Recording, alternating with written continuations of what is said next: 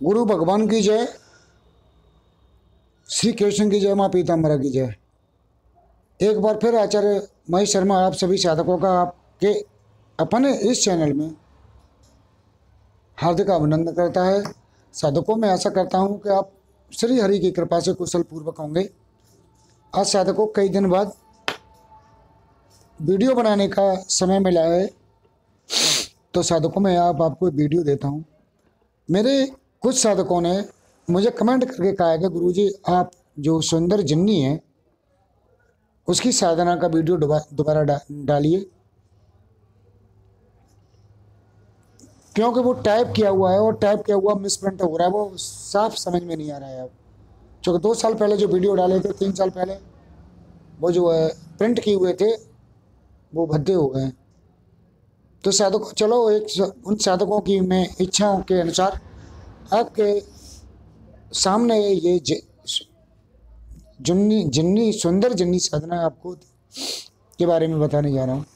साधकों ये बहुत ही अच्छी और सुंदर साधना है और सरल साधना है। इसमें कोई ज़्यादा खर्चा भी नहीं लगता है और इसमें ऐसा कुछ भी नहीं है कि जो तो खर्चा लगे या ज़्यादा लंबा टाइम भी जाए।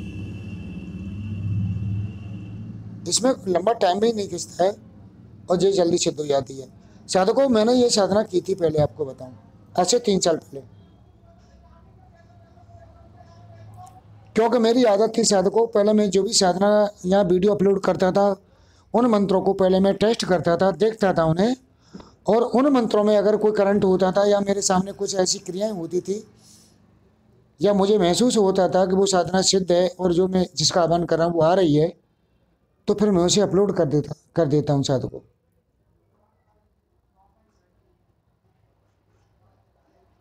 और जब से लेके अब तक मैं यही कार्य कर रहा था,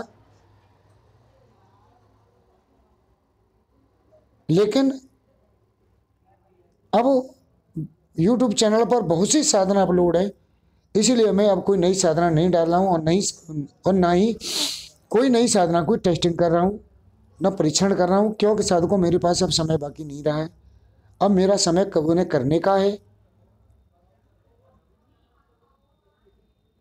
टेस्टिंग का समय साधकों निकल गया।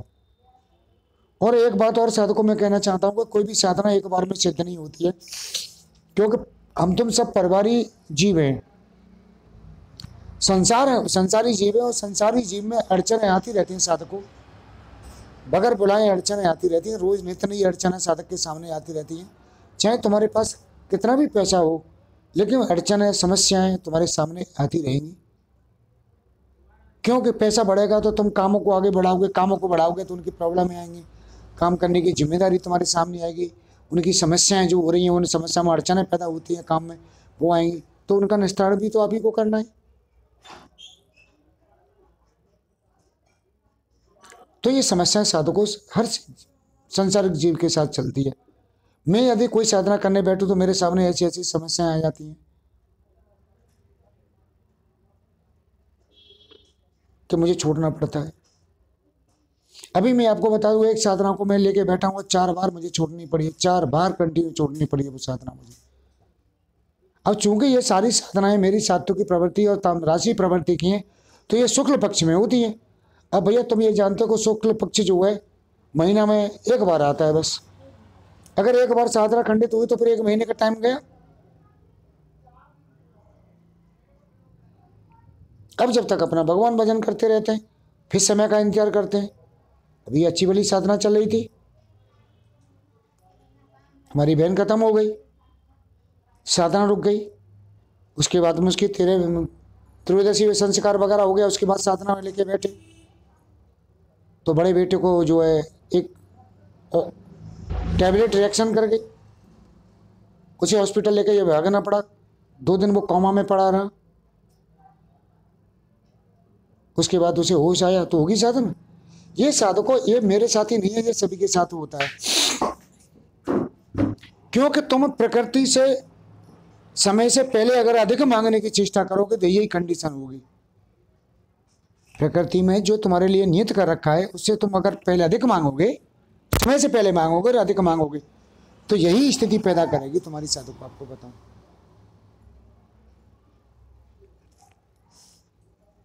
तो ये स्थितियां यूं पैदा होती हैं साधक को,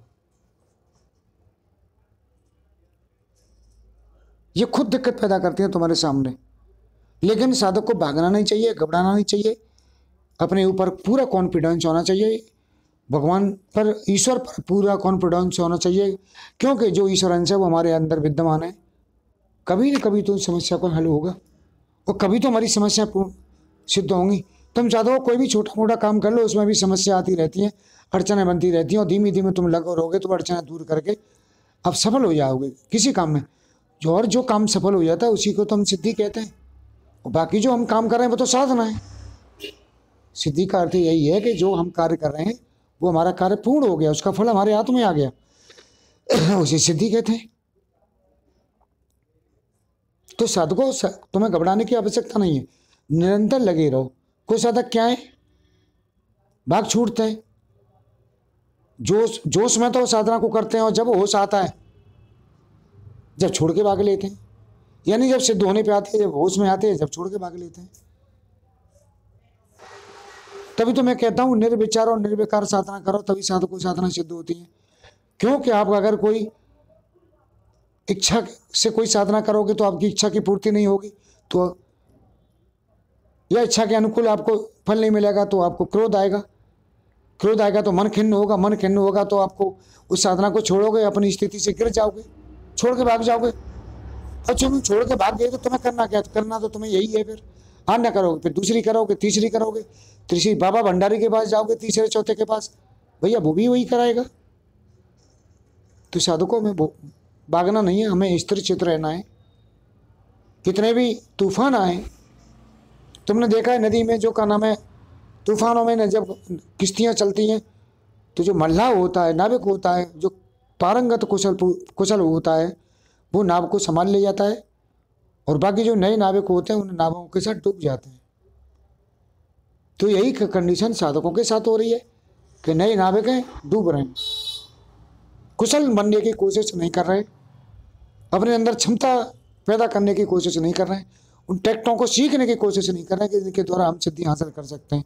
सारी बातें मैंने वीडियो में साधकों को बता रखी हैं, लेकिन कोई भी बंदा उनको पकड़ के कैच नहीं कर रहा है। बस मेरे ऊपर ठप्पा है, 2000-3000 रुपये देके मेरे ऊपर ठप्पा है, बस मेरे ऊपर ठप्पा लगा रहा है बंदा। तो ये बात हो गई, ये 8 मिनट इसी में निकल गए। तो साधकों, मैं तुम्हें ये 7 दिन की सुंदर जिंदगी साधना के बारे में बता रहा हूँ।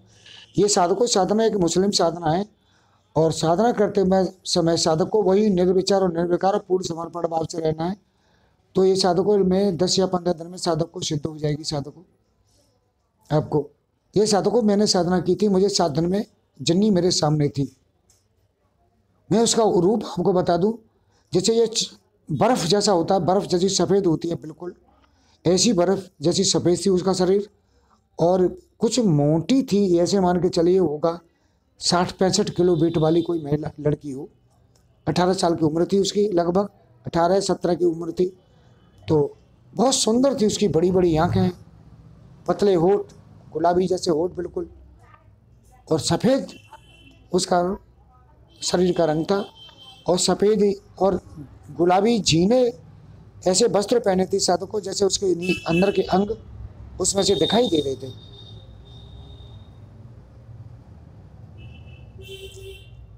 तो मैंने उसके पेट पे हाथ फैला दिया ऐसे करके। अब साधकों, मैं भी, अब मेरी भावना तो गलत नहीं थी, लेकिन एक प्रेम की भावना तो, किसी को सुंदर स्त्री को देख के प्रेम की भावना तो सभी की उमड़ती है।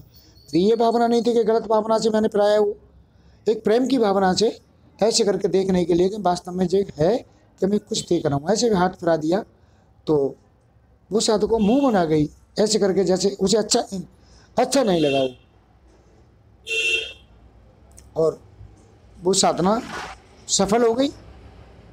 लेकिन मैंने पूर्ण टाइम तक वो साधना नहीं की, मैंने उससे कोई वरदान नहीं मांगा साधकों, क्योंकि मैंने पहले कह चुका हूँ, मैं कोई भी साधना मंडल में डालता हूँ उससे पहले टेस्टिंग कर लेता हूँ, और उन्हें मंत्रों को जपता हूँ। तो मैं तो एक नॉर्मली मंत्र जप रहा था उसके साथ को, मैंने कुछ किया भी नहीं था, न कोई ऐसा कुछ किया था, न कुछ किया था, केवल अपने कमरे में, जहाँ मेरा रूम है, जो मेरा मंदिर है साधकों ने देखा है, उसी में कर रहा था मैं। वैसे ऐसे खुले स्थान पे या घर की छत पे करना आवश्यक होता है साधकों, लेकिन मैं वहीं अपना देख रहा था कि इसमें थोड़ा कुछ वो करंट मंत्र में करंट हो तो मैं आगे साधकों को इसे अग्रसर करूँ और साधकों को आगे बताऊं साधकों। तो इतना किया साधकों, उसके बाद मैंने कोई साधना को नहीं किया। तो साधकों इसमें खुली इस स्थान जो है, खुली जगह या घर की छत बहुत अच्छी रहती है। और आप साधकों ये गर्मी आ रही है ज़्यादा ठंड भी नहीं है, घर की छत पे आप जो है इसे कर सकते हो। और एक छोटी मच्छरदानी आती है जो चार तरह से ऐसे ऐसे तंबू की तरह खड़ी हो जाती है, छतरी की तरह, वो आप लाके 200 से 250 रुपये की आती है। ऐसे बैठ के उसमें अंदर साधना ये साधकों कर सकते हो आप। रात्रि का समय 10 बजे के बाद है साधकों इसका। और इसका साधक अपनी मुंह जो दिशा, मुंह की दिशा करे वो पूर्व या दक्षिण पश्चिम की ओर करके करे साधकों, काबा की ओर। बहुत अच्छी साधना है ये। साधकों गुलाबी रंग के जरकन की या की माला या स्फटिक की माला मिले, ये उससे भी साधकों जो अभिमंत्रित की हो गुरु के द्वारा, उससे ये द्वारा सिद्ध हो जाती है साधकों। और इसकी कोई सामग्री भी कोई खास नहीं है। 5 अगरबत्ती 5 स्टार वाली रोज जलाएं, कपूर जलाएं, गुलाब का सेंट अच्छी तरह से अपने वस्त्रों पर लगाएं और सामने जो चौकी है उस पर रख दें। एक बतासा रखें किसी बर्तन में, 2 लौंग रखें और एक पान रख दें साधकों। ये नित्य आपको करना है। और इसके बाद में आप मिठाई वगैरह जो भी कर सके तो कर सके। गुलाब के फूल मिल जाए, बेला के फूल मिल जाए तो और ज़्यादा बेटर रहेगा। गुलाब के, बेला के, चमेली के वगैरह फूल मिल जाए तो और बेटर रहेगा इसमें। साधकों मैंने कोई बतासा नहीं रखा था, मैंने कोई फूल कुछ नहीं रखे थे। जो नित्य क्रिया होती है साधकों, मैं तो इसी तरह मंत्र जपा था, लेकिन मुझे सफलता मिली थी इसमें। चाहे साधकों ये मान लो ईश्वर की कृपा है मेरे ऊपर, मेरे गुरु की कृपा है, माँ बगलामुखी की कृपा है साधकों। चाहे ये मान लो कि मैं पारंगत हो चुका हूँ इन विद्याओं में पारंगत हो चुका हूँ। चाहे मैं ये मान लो कि मेरे मन को नियंत्रण करने की क्षमता प्राप्त कर लिया मैंने। चाहे ये मान लो साधकों को मैं उच्च ऊर्ध्व से ऊपर उठ चुका हूँ। चाहे ये मान लो कि मेरे अंदर भक्ति भाव जागृत हो चुके हैं। चाहे ये मान लो कि इन्हें खींचने की क्षमता मेरे अंदर प्राप्त हो चुकी है। चाहे ये मान लो कि मेरा ध्यान कंसंट्रेट को एकाग्र हो जाता है बहुत जल्दी। 1 माला में करता हूँ मेरा मन स्थिर हो जाता है। 2 माला में मैं स्थिर, बिल्कुल स्थिर हो जाता हूँ, जैसे वो शाम हो वैसे हो जाता है। 5 माला 10 माला करने के बाद स्थिर स्थिति में आ जाता हूँ, सामने फोकस हो जाता है। चाहे आप ये मान लो कि मैं अपने मन को संतुलन करना सीख गया हूँ ध्यान के द्वारा, भक्ति के द्वारा और अपने अध्ययन के द्वारा, क्रिया योग के द्वारा।